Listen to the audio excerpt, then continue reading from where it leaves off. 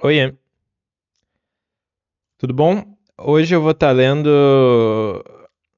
um livro chamado Carta sobre a Felicidade, ou Carta Meneceu, escrito por Epicuro. O livro é bem pequenininho. Essa versão aqui que eu tô lendo, essa aqui é a capa, tá bom? Ah, essa aqui, ó, é uma obra disponibilizada pela Lê Livros e a tradução, cadê? Tradução é do Álvaro Lorentini e Enzo del Caratore. Segunda impressão. Tá aí todas as informações, quem quiser ver. O texto em si ele é bem pequenininho, só que tem uma introdução antes, o contexto e tal. E eu vou ler isso antes de ler a carta, tá bom? Então, se você quiser pular a introdução junto com a doutrina de Epicuro e a carta sobre a felicidade, que isso aqui vai estar falando mais sobre a carta de felicidade, são 3 pontos. E daí lá embaixo a gente tem realmente o ponto da carta sobre a felicidade, que é ela em si. Então se você quiser pular direto para lá, você pula direto para lá. Se você quiser saber o contexto das coisas anteriores, pode saber também. E esse PDF ele vai estar disponível aí na descrição. Caso não tiver, você manda mensagem para mim, que daí eu vou te enviar, porque pode ser que eu fique com preguiça. Então vamos lá. Eu vou ler tudo e não vou parar para fazer pausa nenhuma. Pode ser que depois eu faça uma outra reinterpretação de eu fazendo pausa e tal, mas agora vai ser mais um audiobook mesmo. Então, beleza. Se inscreve, deixa o like, comenta aí o que você entendeu, o que você não entendeu, alguma coisa que quiser comentar. Vamos lá. Pode ser que eu grave isso daqui mais de uma vez, né? Vamos lá. Tem como eu fazer o marcador aqui? Eu faço esse aqui. Aí eu adiciono o comentário. Beleza. Beleza. Cronologia de Epicuro. Epicuro nasceu em 341 a.C., na ilha grega de Samos, mas sempre ostentou a cidadania ateniense herdada do pai emigrante. Em Samos, ele passou a infância e a juventude iniciando os estudos de filosofia com o acadêmico Pânfilo, filósofo platônico cujas lições seguiu dos 14 aos 18 anos. Ao atingir essa idade, em 323, Epicuro transfere-se para Atenas, a fim de cumprir os 2 anos obrigatórios do treinamento militar destinado aos efebos. Nessa mesma condição, encontra com o colega de turma, o futuro dramaturgo Menandro, de quem se torna amigo. É em Atenas, capital cultural da Grécia Antiga, que Epicuro irá também encontrar os grandes filósofos ainda em atividade após o desaparecimento de Sócrates e Platão, com exceção de Aristóteles, banido da cidade e refugiado em Calcis, onde viria a falecer no ano seguinte. Desde Teofrasto, o sucessor de Aristóteles no Liceu, até Xenócrates, diretor da academia, cujos ensinamentos ele certamente seguiu. Em 322, após a morte de Alexandre Magno, o sucessor decide expulsar de Samos todos os colonos atenienses, entre os quais a família inteira de Epicuro. É então que este decide abandonar Atenas para ir juntar-se a seus familiares desterrados em Cólofon, na costa asiática. Próximo dali, em Teos, Epicuro passa a acompanhar os ensinamentos de Nausífanes, filósofo atomista que o inicia no pensamento de Demócrito, que de início o entusiasma, mas cuja revisão ele já começa a empreender ao fundar sua própria escola em Cólofon.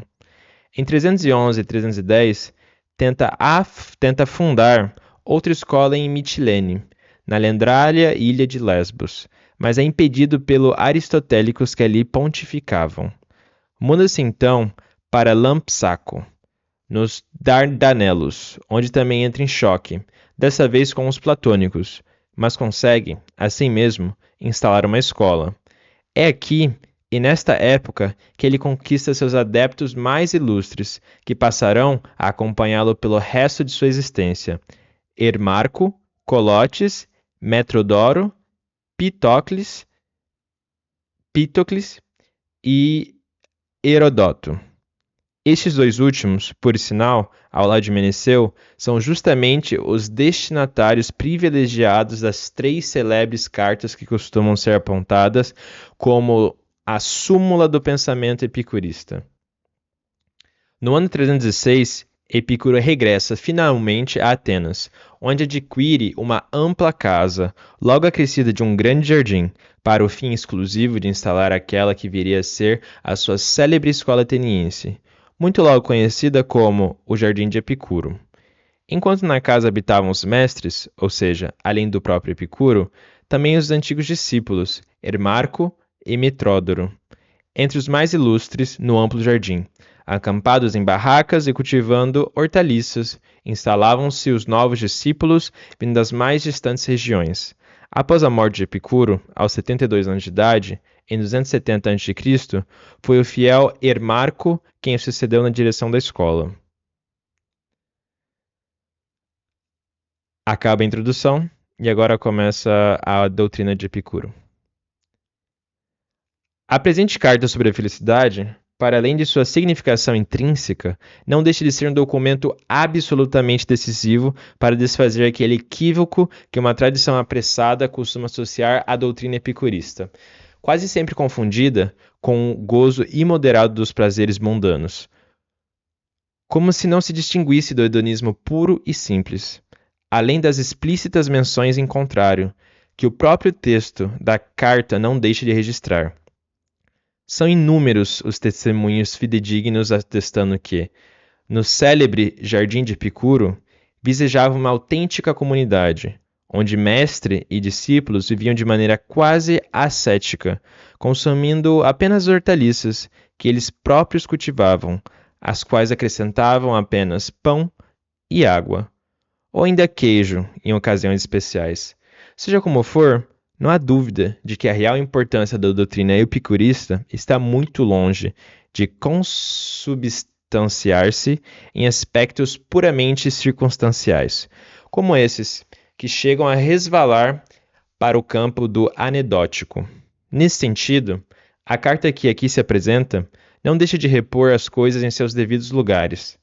Por outro lado, durante longo tempo e de maneira quase similar, outra tradição, não menos equivocada, costumava insistir na tese de considerar Epicuro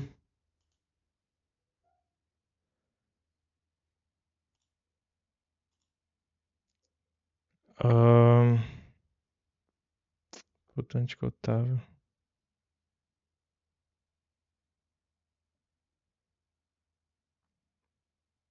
Tá. Foi mal, pessoal. Tive que dar uma pausa aqui. As coisas... Seja... As coisas...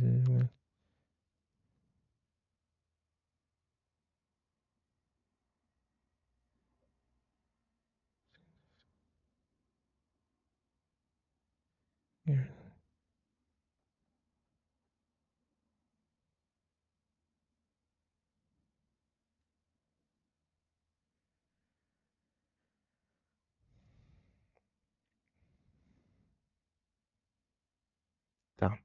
Começando aqui.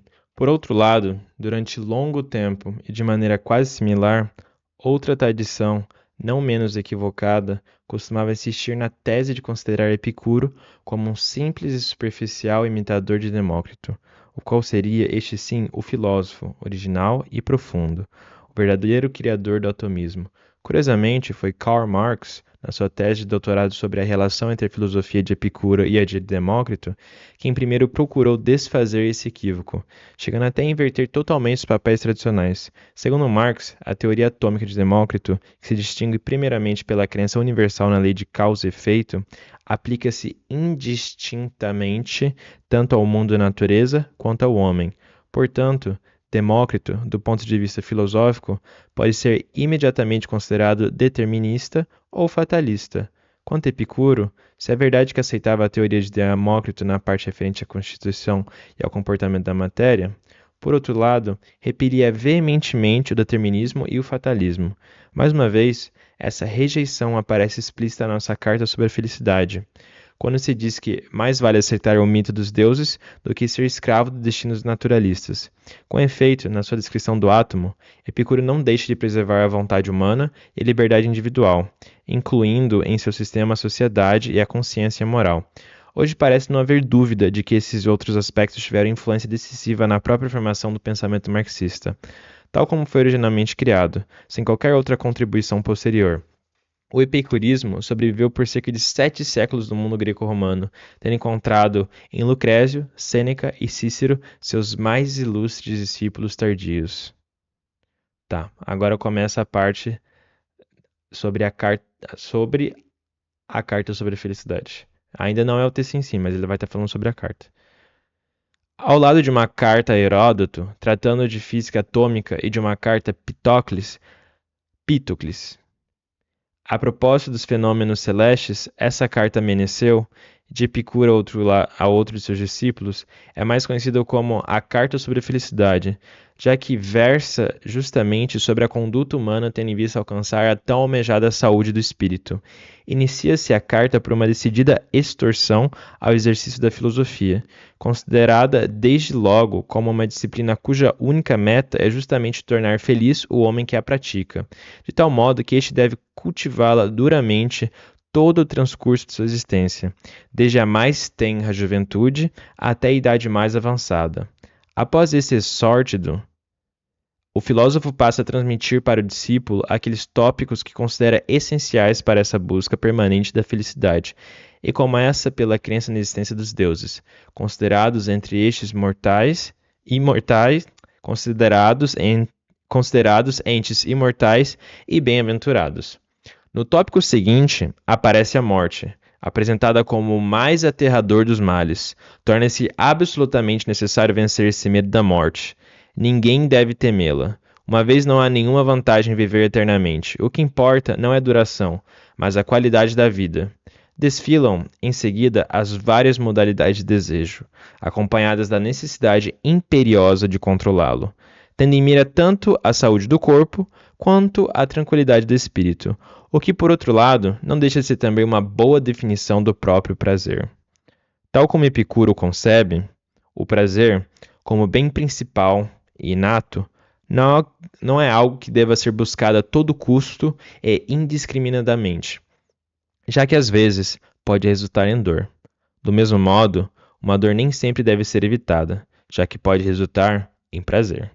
De qualquer maneira, recomenda-se uma conduta comedida em relação aos prazeres, valendo para este caso aquele mesmo princípio da qualidade em detrimento da quantidade.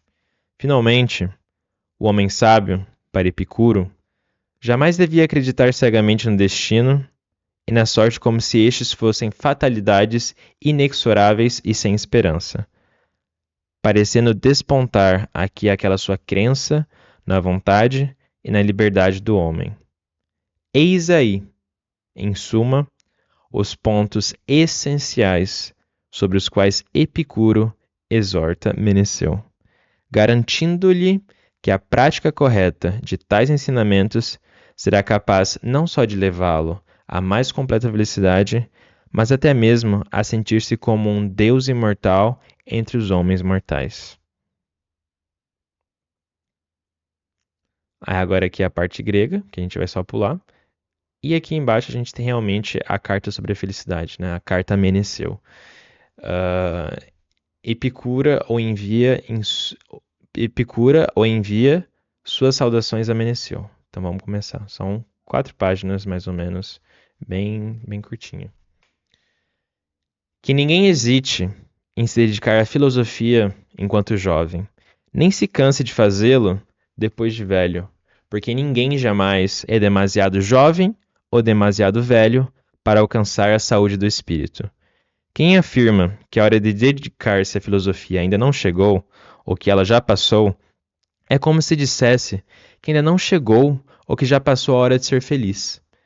Desse modo, a filosofia é útil tanto ao jovem quanto ao velho. Para quem está envelhecendo, sentir-se rejuvenescer por meio da grata recordação das coisas que já se foram, e para o jovem poder envelhecer sem sentir medo das coisas que estão por vir, É necessário, portanto, cuidar das coisas que trazem a felicidade, já que, estando esta presente, tudo temos, e sem ela, tudo fazemos para alcançá-la. Pratica e cultiva, então, aqueles ensinamentos que sempre te transmiti, na certeza de que eles constituem os elementos fundamentais para uma vida feliz. Em primeiro lugar, considerando a divindade como um ente imortal e bem-aventurado, como sugere a percepção comum de divindade. Não atribuas a ela nada que seja incompatível com a sua imortalidade, nem inadequado à sua bem-aventurança. Pensa a respeito dela tudo que for capaz de conservar-lhe felicidade e imortalidade. Os deuses de fato existem, e é evidente o conhecimento que temos deles. Já a imagem que deles faz a maioria das pessoas, essa não existe. As pessoas não costumam preservar a noção que têm dos deuses. Ímpio não é quem rejeita os deuses, em que a maioria crê, mas sim quem atribui aos deuses os falsos juízos dessa maioria. Com efeito, os juízos do povo a respeito dos deuses não se baseiam em noções inatas, mas em opiniões falsas. Daí a crença de que eles causam os maiores malefícios aos maus e os maiores benefícios aos bons. Irmanados pelas suas próprias virtudes, eles só aceitam a convivência com seus semelhantes e consideram estranho tudo que seja diferente deles. Acostuma-te à ideia de que a morte para nós não é nada, visto que todo bem e todo mal residem nas sensações, e a morte é justamente a privação das sensações, a consciência clara de que a morte não significa nada para nós, proporciona a fruição da vida efêmera, sem querer acrescentar-lhe tempo infinito, eliminando o desejo de imortalidade. Não existe nada de terrível na vida para quem está perfeitamente convencido de que não há nada de terrível em deixar de viver. É tolo, portanto, quem diz ter medo da morte, não porque a chegada desta lhe trará sofrimento, mas porque o aflige a própria espera. Aquilo que não nos perturba, quando presente, não deveria afligir-nos enquanto está sendo esperado. Então, o mais terrível de todos os males, a morte, não significa nada para nós. Justamente porque, quando estamos vivos, é a morte que não está presente. Ao contrário, quando a morte está presente, nós é que não estamos. A morte, portanto, não é nada, nem para os vivos, nem para os mortos, já que para aqueles ela não existe, ao passo que estes não estão mais aqui. E, no entanto, a maioria das pessoas ora foge da morte como se fosse o maior dos males, ora deseja como o descanso dos males da vida. O sábio, porém, nem desdenha viver, nem teme deixar de viver. Para ele, viver não é um fardo, e não viver não é um mal. Assim como opta pela comida mais saborosa e não pela mais abundante. Do mesmo modo, ele colhe os doces frutos de um tempo bem vivido, ainda que breve. Quem aconselha o jovem a viver bem e o velho a morrer bem não passa de um tolo. Não só pelo que a vida tem de agradável para ambos, mas também porque se deve ter exatamente o mesmo cuidado em honestamente viver e em honestamente morrer. Mas, pior ainda, é aquele que se diz bom seria não ter nascido, mas, uma vez nascido, transpor o mais depressa possível as portas do Hades. Se ele diz isso com plena convicção, por que não se vai dessa vida? Pois é livre para fazê-lo. Se for esse realmente o seu desejo, mas se eu disse por brincadeira, foi um frívolo em falar de coisas que brincadeira não admitem. Nunca devemos nos esquecer de que o futuro não é nem totalmente nosso, nem totalmente não nosso. para não sermos obrigados a esperá-lo como se estivesse por vir com toda certeza, nem nos desesperarmos como se não estivesse por vir jamais. Consideremos também que dentre os desejos, há os que são os naturais e os que são inúteis. Dentre os naturais, há alguns que são necessários e outros apenas naturais. Dentre os necessários, há alguns que são fundamentais para a felicidade, outros para o bem-estar corporal, outros ainda para a própria vida. E o conhecimento, seguro dos desejos, leva a direcionar toda escolha e toda recusa para a saúde do corpo e para a serenidade do espírito, visto que esta é a finalidade da vida feliz. Em razão desse fim, praticamos todas as nossas ações, para nos afastarmos da nossa dor e do medo. Da dor e do medo. Uma vez que tenhamos atingido esse estado, toda tempestade da alma se aplaca, e o ser vivo, não tendo que ir em busca de algo que lhe falta, nem procurar outra coisa, a não ser o bem da alma e do corpo, estará satisfeito. De fato, só sentimos necessidades do prazer quando sofremos pela sua ausência.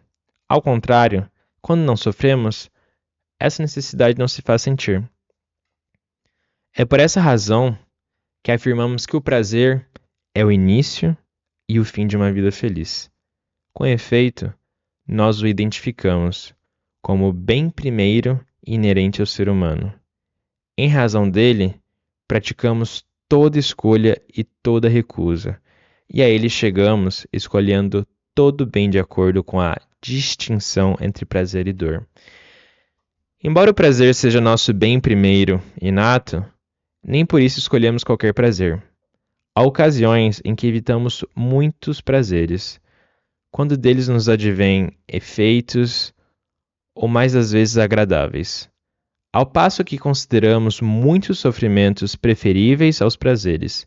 Se um prazer maior advier depois de suportarmos essas dores por muito tempo, portanto, todo prazer constitui um bem por sua própria natureza. Não obstante isso, nem todos são escolhidos. Do mesmo modo, toda dor é um mal, mas nem todas devem ser sempre evitadas. Convém, portanto, avaliar todos os prazeres e sofrimentos de acordo com critérios dos benefícios e dos danos. Há ocasiões em que utilizamos um bem como se fosse um mal, e ao contrário, um mal como se fosse um bem. Consideramos ainda a autossuficiência um grande bem. Não que devemos nos satisfazer com pouco, mas para nos contentarmos com esse pouco caso não tenhamos o muito.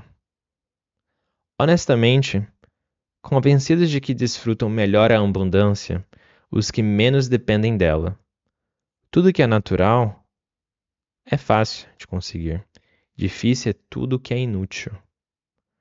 Os alimentos mais simples proporcionam o mesmo prazer que as iguarias mais requintadas, desde que se remova a dor provocada pela falta. Pão e água produzem um prazer mais profundo quando ingeridos por quem deles necessita. Habituar-se às coisas simples, a um modo de vida não luxuoso, portanto, não só é conveniente para a saúde, como ainda proporciona ao homem os meios para enfrentar corajosamente as adversidades da vida, nos períodos em que conseguimos levar uma existência rica. Predispõe o nosso ânimo para melhor aproveitá-la e nos prepara para enfrentar, sem temor, as vicissitudes da sorte. Quando, então, dizemos que o fim último é o prazer, não nos referimos aos prazeres dos intemperantes, aos que consistem no gozo dos sentidos, como acreditam certas pessoas que ignoram nosso pensamento, ou não concordam com ele, ou interpretam erroneamente, mas ao prazer que é a ausência de sofrimentos físicos e de perturbações da alma.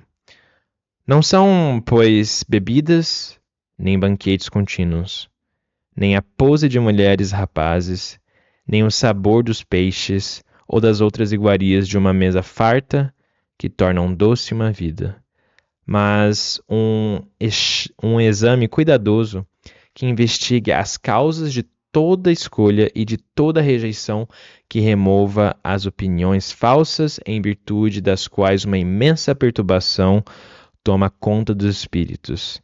De todas essas coisas, a prudência é o princípio e o supremo bem, razão pela qual ela é mais preciosa do que a própria filosofia. É dela que originaram todas as demais virtudes. Ela que nos ensina que não existe vida feliz sem prudência, beleza e justiça, e que não existe prudência, beleza e justiça sem felicidade. Porque as virtudes estão intimamente ligadas à felicidade, e a felicidade é inseparável delas. Na tua opinião, será que pode existir alguém mais feliz do que o sábio, que tem um juízo reverente acerca dos deuses, que se comporta de modo absolutamente indiferente perante a morte, que bem compreende a finalidade da natureza, que discerne que o bem supremo está nas coisas simples e fáceis de obter, e que o mal supremo ou dura pouco, ou só nos causa sofrimentos leves? Que nega o destino, apresentado por alguns como o Senhor de tudo, já que as coisas acontecem ou por necessidade, ou por acaso, ou por vontade nossa, e que a necessidade é incoercível, o acaso instável, enquanto nossa vontade é livre, razão pela qual nos acompanham a censura e o louvor. Mas vale acertar o mito dos deuses do que ser escravo do destino dos naturalistas. O mito pelo menos nos oferece a esperança do perdão dos deuses por meio das homenagens que lhes prestamos. Ao passo que o destino é uma necessidade inexorável. Entendendo que a sorte não é uma divindade, como a maioria das pessoas acredita, pois um Deus não faz nada ao acaso, nem algo incerto. O sábio não crê que ela proporcione aos homens nenhum bem ou nenhum mal que sejam fundamentais para uma vida feliz, mas sim que dela pode surgir o início de grandes bens e de grandes males. A seu ver, é preferível ser desafortunado e sábio a ser afortunado e tolo. Na prática, é melhor que um homem projeto não chegue a bom termo, do que chegue a ter êxito um projeto mau. Medita, pois todas essas coisas e muitas outras elas congêneres dia e noite contigo, mesmo e com teus semelhantes, e nunca mais te sentirás perturbado, quer acordado, quer dormindo, mas viverás como um Deus entre os homens, porque não se assemelha absolutamente a um mortal, o homem que vive entre bens imortais. Tá aí, terminamos. 28 minutos. O que a gente vai fazer agora é anotar algumas palavras e termos que são difíceis. Então, para você que está lendo pela primeira vez aí, igual como eu também estou lendo pela primeira vez, algumas palavras aqui elas merecem uma atenção especial, tanto por nunca termos ouvido ou por não ser um sentido muito claro. Então, vamos dar uma olhada aqui. Que ninguém existe, sem ninguém enquanto jovem, nesses cantos depois, ninguém jamais é demasiado jovem, demais velho no espírito, que eu quero dedicar a filosofia não chegou, as pessoas felizes desse modo, a filosofia é útil tanto jovem quanto velho, bem que não estabelecendo. Direções que já foram para jovens, discutiu, então, primeiro, acho que aqui é interessante marcar o bem-aventurado. Cadê? Aqui, ó. Ser bem-aventurado. Eu só vou marcar a primeira vez que cada palavra aparece. Então a bem-aventurada aparece mais de uma vez, mas eu só vou marcar uma vez só. Interessante aqui também a palavra bem-aventurança. Ela é uma variação de bem-aventurado, né? Mas é inteligente marcar ali.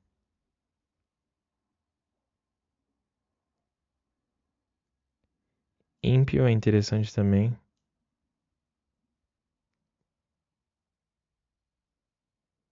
Caso você encontre alguma palavra aí que você não conheça, você pode marcar nos comentários, caso eu tiver deixado ela passar. Irmanados é uma boa.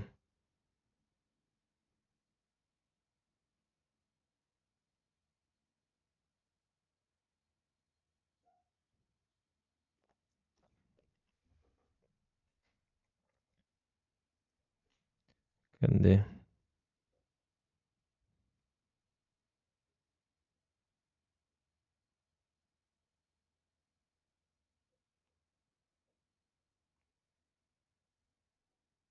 Acho que na próxima, enquanto eu leio, já vou marcar as palavras novas.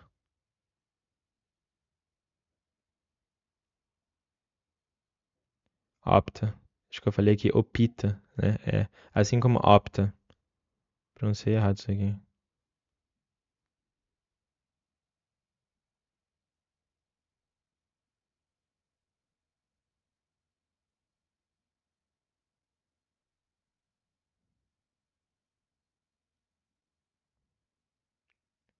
Frívolo.